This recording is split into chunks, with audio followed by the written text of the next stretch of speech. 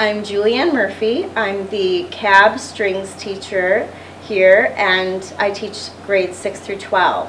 And I'm going to do an example of what you need to use for your scales first for middle school assessment. This is a viola, so I'm going to do some examples on viola, but it applies to cello, bass, violin as well.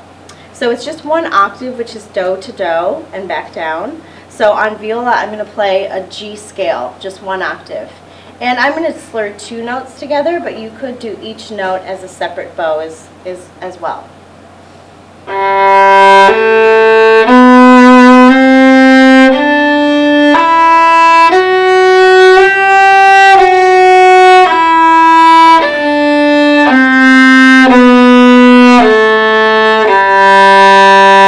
And that was the G scale, starting on open G.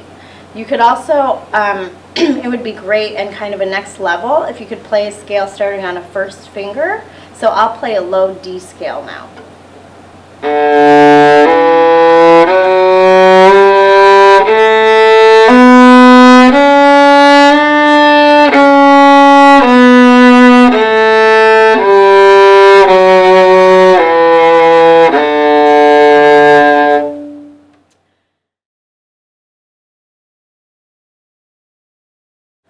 When preparing your solo piece, it's important to choose a piece that is meant for your solo instrument. So a piece that might be written for cello and piano, for instance.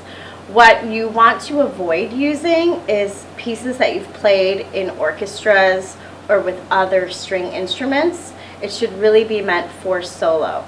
Oftentimes, for instance, the bass or cello part to an orchestral or ensemble piece is going to be very simplified and just kind of the bass notes, maybe only using a few notes, and maybe a lot of rests where you don't actually play in the music.